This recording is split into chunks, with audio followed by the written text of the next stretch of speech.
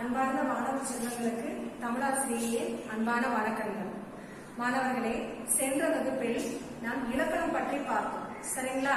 இலக்கணம்னா என்ன, எழுத்துக்கள் எவ்வாறு பிறக்கின்றது, எழுத்துக்கள் எப்படி ஒலிக்கப்படுகிறது, ஒவ்வொரு எழுத்தும் எப்படி உச்சரிக்கப்படுகிறது, அது உயிரெழுத்துக்கள் என்ன, மெய்யெழுத்துக்கள் என்ன, குறில்னா என்ன, நெடில்னா என்ன, மாத்திரைனா என்ன அப்படின்றதெல்லாம் எல்லா எழுத்துக்களும் எப்படி உச்சரிக்கப்படுகிறது, தமிழில் உள்ள வார்த்தைகளுக்கு எவ்வாறு எழுத்துக்களுக்கு மாத்திரை கண்டுபிடிப்பது அப்படின்றதே சென்ற வகுப்பில் நாம் பார்த்தோம். சரிங்களா? இன்று நாம் பார்க்க போவது என்ன அப்படின்னா, என்ன தலைப்பு அப்படின்னா, முதலெழுத்தும் சார்பெழுத்தும். தலைப்பு வந்து முதலெழுத்தும் சார்பெழுத்தும். முதலெழுத்தும் சார்பெழுத்தும், முதலெழுத்தும் சார்பெழுத்தும் அப்படின்னு நம்ம சொல்றோம். இது என்ன முதலெழுத்து சார்பெழுத்து அப்படின்னா, தமிழ்ல எழுத்துக்களை ரெண்டு வகையா பிரிச்சிருக்காங்க. தமிழ்ல எழுத்துக்களை ரெண்டு வகையா பிரிச்சிருக்காங்க. இப்ப உதாரணமா நம்ம என்ன சொல்லலாம் அப்படின்னா, நம் நாட்டிற்கு முதன்மையானவர்கள் யார் அப்படின்னு கேட்டு நம்ம என்னென்ன சொல்லுவோம், யார சொல்லுவோம்? ஒண்ணு குடியரசுத் தலைவர், மற்றொருவர் பிரதமர். இந்த மாதிரி சொல்லுவோமா? ஒரு வீட்டிற்கு முதன்மையானவர்கள் அப்படின்னா யாரு சொல்லுவோம் அப்படின்னா, அப்பா அம்மா. இந்த மாதிரி சொல்லுங்களா? அப்போ ஒரு இடத்துக்கு முதன்மையானது அப்படின்றத நாம சொல்லியிருக்கோம். இப்ப பாத்தீங்கன்னா, இப்ப நம்ம வீட்டுல அப்பா அம்மா இருக்காங்கன்னா அப்பாவை சார்ந்துதான் நம்ம இருக்கோம். அப்ப அங்க யாரு முதன்மையானவர்? அப்பா. சரிங்களா? அதே போலதான் எழுத்துக்களை ரெண்டு வகையா பிரிச்சிருக்காங்க. சரிங்களா? ஒன்று எழுத்து எத்தனை வகையா பிரிச்சிருக்காங்க? ரெண்டு வகை. ஒண்ணு முதலெழுத்து, மற்றொன்று சார்பெழுத்து. ஒன்று முதலெழுத்து, மற்றொன்று சார்பெழுத்து.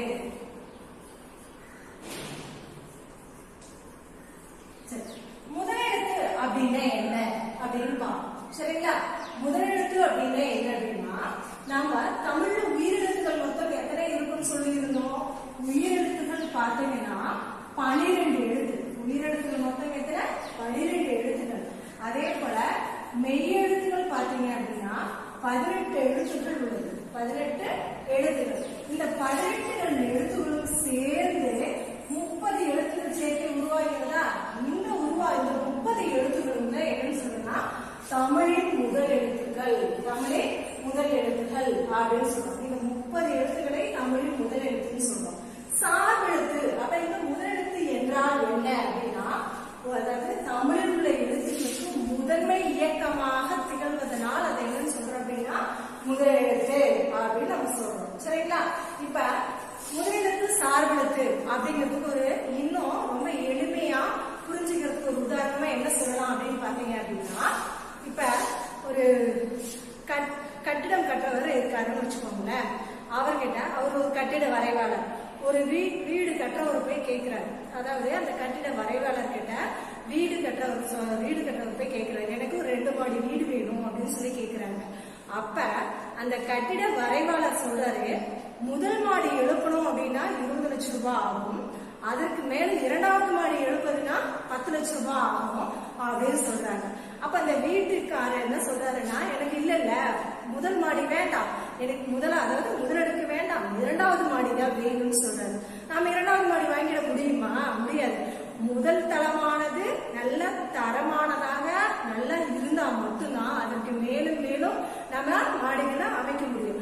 அது போலதான் எப்படி ஒரு வீட்டிற்கு அஸ்திவாரம் முக்கியமோ, அது போல எழுத்துக்களுக்கு அஸ்திவாரம் எது அப்படின்னு சொன்னோமா? முதலெழுத்து. சரியா? அதை சார்ந்து இயங்கக்கூடிய எழுத்துக்களை தான் என்ன சொல்லணும் அப்படின்னா சார்பெழுத்துகள் அப்படின்னு சொல்லுவோம். அப்ப முதலெழுத்துக்கள்னா தமிழ்ல என்ன சொல்லுவோம் அப்படின்னா, உயிரெழுத்துக்கள் 12, மெய்யெழுத்துக்கள் 18 சேர்ந்ததான் நாம என்ன சொல்லுவோம்? முதலெழுத்துகள். சரிங்களா? அப்ப சார்பெழுத்து அப்படின்றது முதலெழுத்து, அதாவது முதலெழுத்தை சார்ந்து இயங்கக்கூடியதுனால சார்பெழுத்து அப்படின்னு சொல்லுவோம். இந்த சார்பெழுத்துகள் மொத்தம் எத்தனை வகைப்படும் அப்படின்னா 10 வகைப்படும். சரிங்களா? எத்தனை வகைப்படும்? 10. அது ஒன்று உயிர்மை. முதல் ஒன்று உயிர்மை, 2வது ஆயுதம், 3 உயிரளபடை, உயிரளபடை, அடுத்தது 4 ஒற்றளபடை, உயிரளபடை, ஒற்றளபடை, அடுத்தது குற்றிய லுகரம், குற்றிய லுகரம், குற்றியல் உகரம். அடுத்து குற்றிய லிகரம். அடுத்து என்ன சொல்றோம்? குற்றிய லிகரம். அடுத்தது ஐகார குறுக்கம். ஐகார குறுக்கம். ஐகார குறுக்கம். அடுத்தது ஔகார குறுக்கம். ஔகார குறுக்கம். அடுத்தது என்னன்னா மகர குறுக்கம். அடுத்து என்ன சொல்றோம்? மகர குறுக்கம்.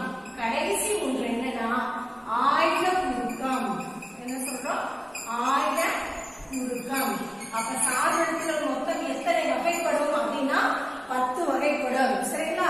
அந்த 10 வகையில முதல் வகை 10 வகையில உயிர்மை, ஆயுதம், விரலவடை, ஒட்டலவடை, குற்றியல் உகரம், குற்றியல் லிகரம், ஐகார குறுக்கம், ஔகார குறுக்கம், மகர குறுக்கம், ஆயுத குறுக்கம்.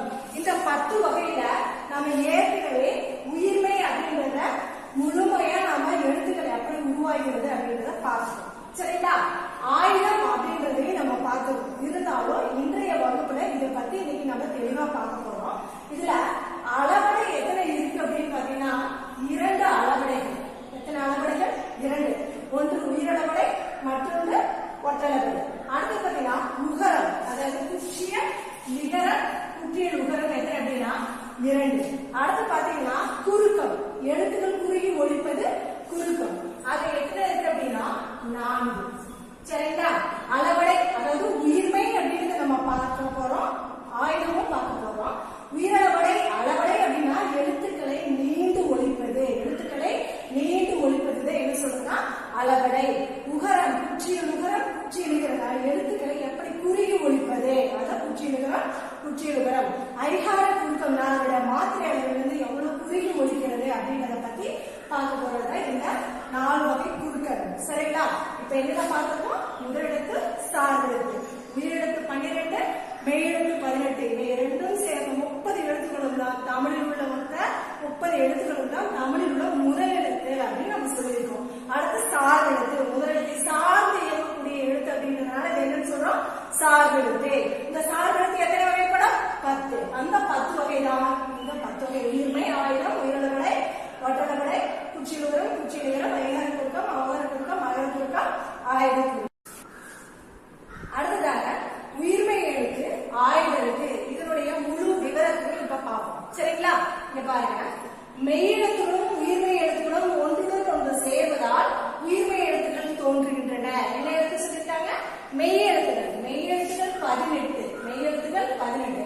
உதாரணத்துக்கு நம்ம என்ன சொல்றோம் அப்படின்னா இக் மெய்யெழுத்து. உயிரெழுத்துகள் ஒன்றுடன் உயிரெழுத்து இக்கு கூட்டல் ஆ என்ன சொல்லுவோம்? கா. மெய்யெழுத்துகளும் உயிரெழுத்துகளும் ஒன்றுடன் ஒன்று சேர்வதால் உயிர்மை எழுத்துக்கள் தோன்றுகின்றன. சரிங்களா? அடுத்ததா பாத்தீங்கன்னா உயிர்மை எழுத்தின் ஒளி வடிவம் மெய்யும். ஒளி வடிவம் அப்படின்னா அதாவது நாம் பேசும்போது ஒலிக்கக்கூடிய சத்தம், அந்த வடிவம் எது அப்படின்னா மெய்யும் உயிரும். மெய்யும் உயிரும் சேர்ந்ததாக இருக்கும். எப்படின்னா இதுக்கு உதாரணம் பாருங்க. இக்கு கூட்டல் ஊ. இக்கு கூட்டல் ஊ. இதை நம்ம எப்படி உச்சரிப்போம்? இதுல பாருங்க, மெய்யெழுத்து இக்கு இருக்கு, உயிரெழுத்து ஊ இருக்கு. இப்ப மெய்யும் உயிரும் சேர்ந்ததாக இருக்குன்னு சொல்லியிருக்காங்கல்ல. அப்ப மெய்யெழுத்து இக்கு இருக்கு, உயிரெழுத்து ஊன்றது இருக்கு. அப்ப இக்கு கூட்டல் ஊ சேர்த்து எழுதும்போது கூ. சரிங்களா? அப்ப நம்ம உச்சரிக்கும் பொழுது நான் எழுத்து ஒளி வடிவமா சத்தமா நானும் உச்சரிக்கும் பொழுது கூ. அப்ப இது ரெண்டும் சேர்ந்ததே உயிர்மை எழுத்து அப்படின்னு சொல்லியிருக்காங்க. அடுத்து பாருங்க, வரி வடிவம் மெய்யிடத்தை ஒத்திருக்கும். நான் ஏற்கனவே சென்ற வகுப்பிலே வரி வடிவம் என்றால் என்ன அப்படின்றத பத்தி சொல்லியிருக்கேன். அதாவது நம்ம வீட்டுல வச்சிருக்க நாணயத்தை தடவி பார்த்தாவே தெரியும் அது 5 ரூபாய் நாணயமா, 2 ரூபாய் நாணயமா, 1 ரூபாய் நாணயமா. அதனுடைய மேல தடவி பார்க்கும் போதே அதனுடைய வடிவம் தெரியும். அந்த வடிவத்துக்கு பெயர் தான் என்ன? வரி வடிவம் சொல்லியிருக்கோம். சரிங்களா? அமைப்பு, எழுத்தின் அமைப்பிற்கு பெயர் தான் என்ன சொல்லணும்னா வரி வடிவம். இப்ப இதனுடைய வரி வடிவம் எப்படி இருக்குன்னா மெய்யெழுத்தை ஒத்தி இருக்கும். இது எப்படின்னு பாக்குறீங்கன்னா, அதாவது இக்கு கூட்டல் ஊ. இதே உதாரணம் எடுத்துக்கோம். இக்கு கூட்டல் ஊ அப்படின்னு இருக்குங்களா? இதனுடைய வரி வடிவம் எப்படி இருக்கு? இப்ப கூ இப்படிதானே போட்டிருக்கோம். இப்ப இக்கு கூட்டல் ஊ அப்படிங்கிறது மெய்யெழுத்து உயிரெழுத்து ரெண்டும் சேர்ந்திருக்கு. அதோட ஒலிப்பு முறை பாத்தீங்கன்னா இது ரெண்டும் சேர்ந்த மாதிரி இருக்குன்னு சொல்றோம். வடிவம் பார்த்தீங்கன்னா இந்த மாதிரி வரல, உயிரெழுத்து வடிவத்துல வரல. எந்த மாதிரி வடிவம் வந்திருக்கு அப்படின்னா மெய்யெழுத்துடைய வடிவத்தை கொண்டிருக்கிறது. அதுதான் இந்த இடத்துல சொல்லியிருக்காங்க, மெய்யெழுத்தை ஒத்திருக்கும். சரிங்களா? ஒலிக்கும் கால அளவே நான் உச்சரிக்கிறேன் இல்லையா, அந்த சத்தம் அந்த நேரம் உயிரெழுத்தை ஒத்திருக்கும். இந்த கு அப்படிங்கறத நாம பிரிச்சோம்னா இக் கூட்டல் உ. சரியா? கு. அப்ப அந்த இறுதியில் என்னவா முடியுது? உ. அப்ப ஊன்றது என்ன எழுத்து? உயிரெழுத்து. புரியுதுங்களா? அப்ப இந்த வரிகளுக்கான பொருள் என்னன்னா, வரிகளிலும் மெய்யெழுத்து, அதோட வடிவம், எழுத்தோட வடிவம் எதை கொண்டு இருக்கும்? மெய்யெழுத்து கொண்டு இருக்கும். ஒலிக்கும் கால அளவு உயிரெழுத்தை ஒத்திருக்கும். சரியா? அடுத்து பாத்தீங்கன்னா முதலெழுத்துக்களை சார்ந்து வருவதால் இவை சார்பெழுத்து வகையில் அடங்கும். இந்த எழுத்துக்கள் உயிர்மை எழுத்துக்கள் எதன் வகையில் அடங்கும் அப்படின்னா சார்பெழுத்துக்கள். ஏன் அப்படின்னா முதலெழுத்தை சார்ந்து வருவதால், முதலெழுத்து உயிரெழுத்து இருக்கு இல்லைங்களா, அதை சார்ந்து வருவதால் இது என்னன்னு சொல்லியிருக்கோம் அப்படின்னா சார்பெழுத்து வகையில் அடங்கும். சரிங்களா? அடுத்ததான் என்ன பண்ணுதுன்னா ஆயுதம். சரிங்களா?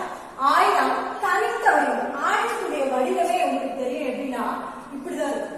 ஆயுதத்துடைய வடிவம் இப்படிதான். இந்த ஆயுத எழுத்தானது தனித்த வடிவம் பெற்றது. அதாவது தமிழ்ல 246 எழுத்துக்களிலும் இதற்கு மட்டும் ஒரு தனி உருவம் படைக்கிறது. சரிங்களா? அடுத்து பாத்தீங்கன்னா நுட்பமான ஒழுக்கு முறை. சரிங்களா? நுட்பமான ஒழுக்கு முறை. இப்ப க, ஞ, ச, அ, ஆ, இ இந்த மாதிரி எல்லாம் உச்சரிப்போம். ஆனா இந்த ஆயுதத்தை மட்டும் உச்சரிக்கும் போது எப்படி தெரியுமா சொல்லுவோம்? அக் அப்படின்னு சொல்லுவோம். இந்த ஆயுதத்துக்கு எங்க இருந்து பிறகுதா? நம்மளுடைய தலையில இருந்து தான் பிறகுது. நம்மளுடைய தலையில இருந்து இந்த ஆயுத எழுத்து பிறக்கிறது. உச்சரிச்சு பார்த்தோம்னா தெரியும், அக் அக் அப்படின்னு சொல்லுவோம். சரிங்களா? அடுத்து பாத்தீங்கன்னா தனக்கு முன் ஒரு குறி எழுத்தும் தனக்கு பின், அதாவது இந்த ஆயுதத்துக்கு ஒரு உதாரணம் எழுதிப்போம். என்ன சொல்லலாம்? ஆயுதத்துக்கு உதாரணம் என்ன சொல்லலாம்? அக்ரிணை சொல்லலாமா?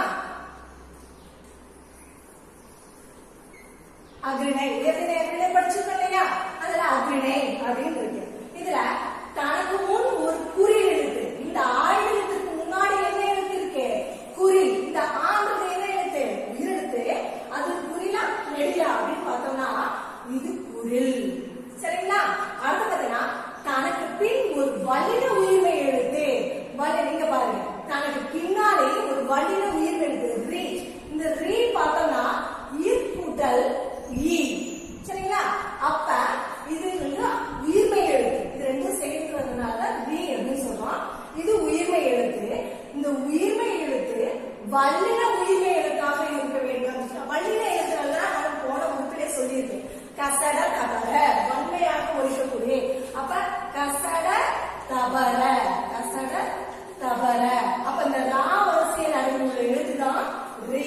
அப்ப ஆயுத எழுத்தானது தனக்கு முன் ஒரு குறிநிலத்தை கொண்டுள்ளது, தனக்கு பின் ஒரு உயிர்மை வலின உயிர்மை எழுத்தை பெற்றுள்ளது அப்படின்றத தெரிஞ்சுக்கணும். அடுத்த பாத்தீங்கன்னா இது வந்து எப்பவுமே ஆயுத எழுத்தானது ஒரு சொல்லின் இடையில் மட்டுமே வரக்கூடியது. சொல்லிற்கு முதலிலோ இறுதியிலோ ஆயுத எழுத்து வரவே வராது.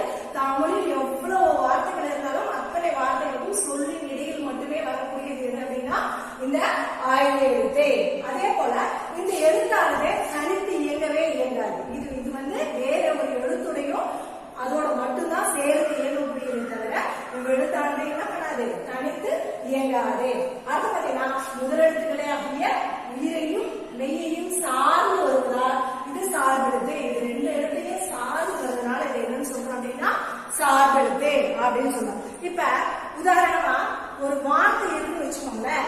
அந்த வார்த்தையில முதலெழுத்துனா என்ன, சார்பெழுத்துனா என்ன அப்படின்றத இப்ப கண்டுபிடிக்கிறோம். பாருங்க, இப்ப ஒரு வார்த்தை இருக்கு, காற்று. என்னது? காற்று அப்படின்றதுங்களா? இப்ப காற்று அப்படின்னா இது என்ன எழுத்து? காற்று என்பது உயிர்மை எழுத்து. காற்று என்பது இது கா என்பது உயிர்மை எழுத்து. இரு என்பது மெய் எழுத்து. இரு என்பது மெய் எழுத்து. அதே போல டூ என்பது உயிர்மை எழுத்து. சரிங்களா?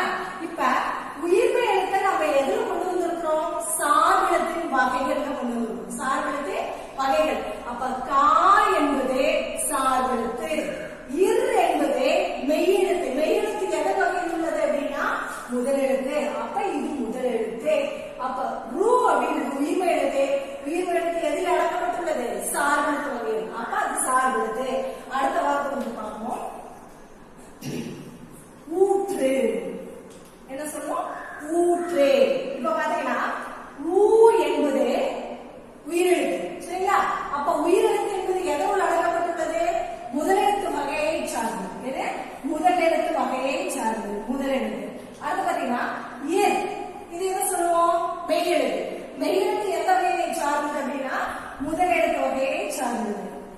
முதலெழுத்து வகையை சார்ந்தது.